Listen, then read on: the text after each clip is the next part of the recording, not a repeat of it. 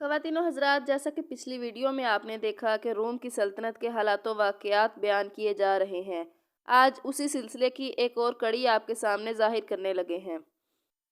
آج کی ویڈیو میں ہم رومیوں کے مذہب، عادات و اطوار اور چال چلن کے بارے میں آپ کو تفصیلاً آگاہ کریں گے اور اس کے ساتھ روم کے مشہور دیوی دیوتاؤں کے بارے میں بھی آپ کو بتائیں گے۔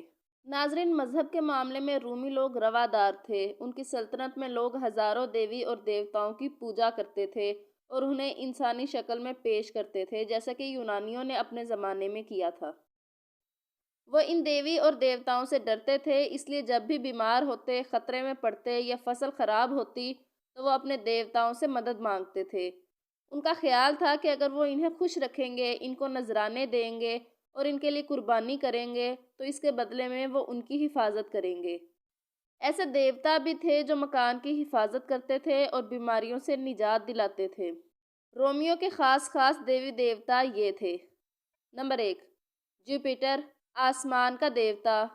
اس کی نشانی عقاب تھا۔ اس کا مندر روم میں پہاڑی پر تھا۔ نمبر 2، جونو، جوپیٹر کی بیوی اور عورتوں کی سرپرست دیوی تھی۔ نمبر 3، مارس، جنگ کا دیوتا۔ نمبر 4، وینس، محبت کی دیوی۔ ناظرین، رومیوں کا سال مارچ سے شروع ہوتا تھا، اس لیے یہ مارچ کے احترام میں تہوار مناتے تھے۔ لوگ دیوتاؤں کو کھانے پینے کی چیزوں کے علاوہ ان کے لیے خوشبوئیں جلاتے تھے۔ قربانی میں ایک پرندے سے لے کر جانوروں کا پورا گلہ ہوتا تھا۔ مندروں میں پجاری یا پجارنیں سارے وقت کے لیے نہیں ہوتی تھیں، سوائے چند مندروں کے۔ پجاری مذہبی رسومات کے علاوہ دوسرے کام بھی کرتے تھے۔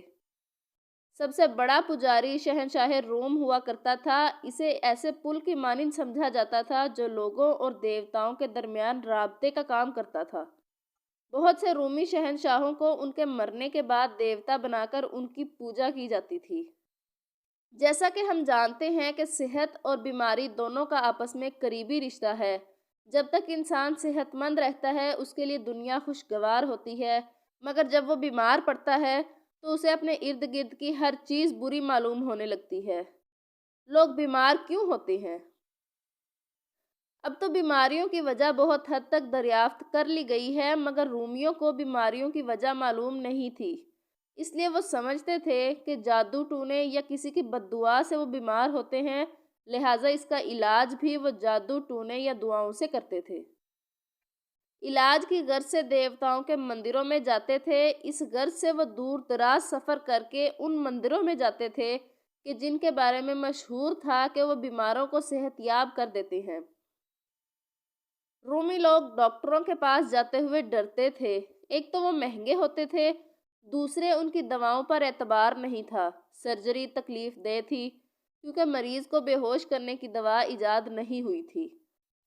بیماریوں کے علاج کے سلسلے میں عام لوگ خود بھی تجربات کرتے تھے، مختلف جڑی بوٹیوں کا استعمال کرتے تھے۔ رومی فوجیوں کو روز ایک لہسن کھانا ہوتا تھا تاکہ وہ بیماری سے محفوظ رہیں۔ اگرچہ رومی سلطنت یا امپائر میں کئی زبانیں بولی جاتی تھیں، مگر آہستہ آہستہ لاطینی زبان پوری رومی سلطنت کی زبان ہو گئی اور اس کا استعمال حکومتی اور تجارتی معاملات میں ہونے لگا، اور قوانین، شاعری، تاریخ، کتبات اور فلسفہ سب لاطینی زبان میں لکھا جانے لگا۔ لکھائی کے لیے پیپرس کپڑا، کھالیں یا مٹی کی تختیاں ہوتی تھیں۔ چونکہ بہت کم تحریریں ہوا کرتی تھیں، اس لیے کتابیں بہت مہنگی اور نایاب ہوتی تھیں۔ پڑھے لکھے لوگوں کی تعداد بھی بہت کم ہوا کرتی تھی۔ رومی سلطنت کے زوال کے بعد بھی لاطینی زبان قائم رہی اور پورے یورپ کی علمی و ادبی زبان بن گئی۔ ناظرین، تاریخ اس بات کی گواہ ہے کہ رومی کی عمر کم ہوا کرتی تھی۔ اس کی وجہ بیماریاں، وبائیں اور جنگیں تھیں، کیونکہ اس وقت تک ان کے ہاں غذا کا استعمال صحت کے مطابق نہیں تھا۔ طبی سہولتیں بھی پوری طرح سے میسر نہیں تھیں۔ زیادہ بچے کم عمری ہی میں مر جاتے تھے۔ عورتیں بچوں کی پیدائش کے وقت دم توڑ جاتی تھیں۔ اس وجہ سے موت ہر وقت ان کے قریب رہتی تھی۔ پہلے مردوں کو جلایا جاتا تھا، مگر بعد میں انہیں دفن کیا جانے لگا۔ جب جلانے کا رواج تھا تو مردے کو جلانے کے بعد اس کی راکھ کو ایک بوتل میں رکھ کر خاندانی قبرستان میں دفن کر دیتے تھے۔ قبر پر ایک کتبہ ہوتا تھا جس پر مرنے والے کا نام، ان کی صفات اور کبھی اس کی شبیہ کندہ کرا دی جاتی تھی۔ یونانیوں کی طرح رومیوں کا بھی یہ عقیدہ تھا کہ مرنے والے مردوں کی دنیا دریائے پار کر کے جائیں گے، اس لیے وہ ان کے منہ میں ایک سکہ رکھ دیتے تھے کہ وہ دریا پار کرنے والے کو بطور معاوضہ ادا کر سکے۔ مردے کو دفن کرنے کی غرض سے رشتہ دار، دوست، احباب سب جلوس کی صورت میں جاتے تھے۔ قبرستان شہر سے باہر سڑک کے کنارے پر ہوا کرتا تھا۔ ناظرین، رومیوں کے مذہب، عادات و اطوار اور چال چلن کے بارے میں ہم نے آپ کو تفصیلاً آگاہ کیا۔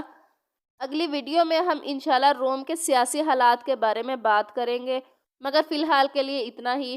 ملتے ہیں اگلی ویڈیو کے ساتھ، تب تک کے لیے اجازت دیجیے۔ اللہ نگہبان۔